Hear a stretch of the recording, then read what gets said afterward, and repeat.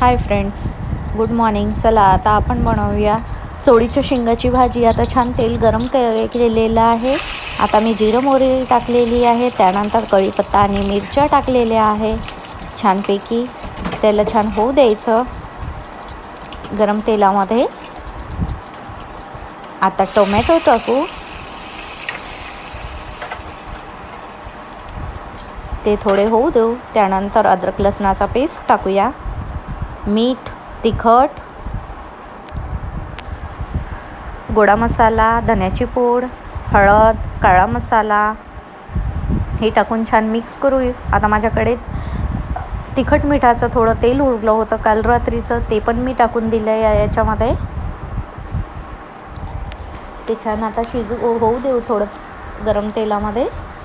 आता शेंगा, आलू छान प्रकारे धुवून टाकून देऊ आपण भाजीमध्ये. आणि आता थोड्या वेळाने मिक्स करू छान. टाकल्यानंतर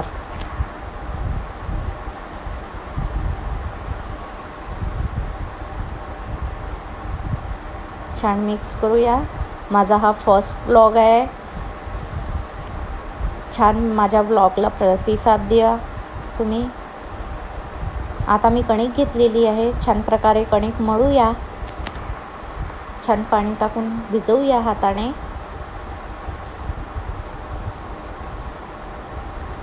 आता माझी कणिक भिजवून झालेली आहे. भाजी बघूया आता शिजली का. एकदा होत आहे.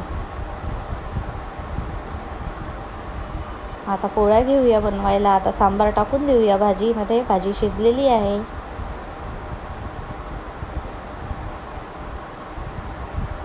आणि झाकून देऊ. चला तर आता पोळ्या बनवूया आपण.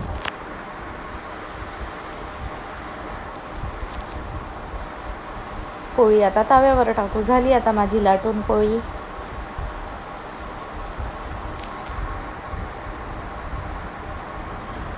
माझा हा फर्स्ट व्लॉग आहे.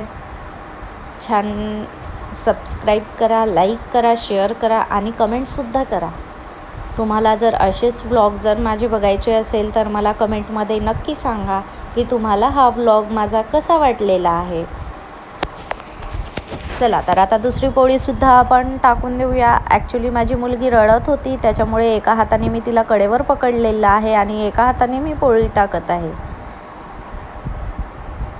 चला तर ती आता झोपली, तिला झोपवून दिलं मी.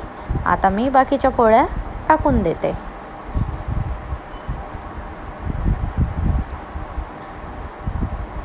छान कमेंट करा, लाईक करा, शेअर करा आणि जास्तीत जास्त शेअर करा आणि मला कमेंटमध्ये सांगा की नेक्स्ट ब्लॉग मी कशाचा बनवू.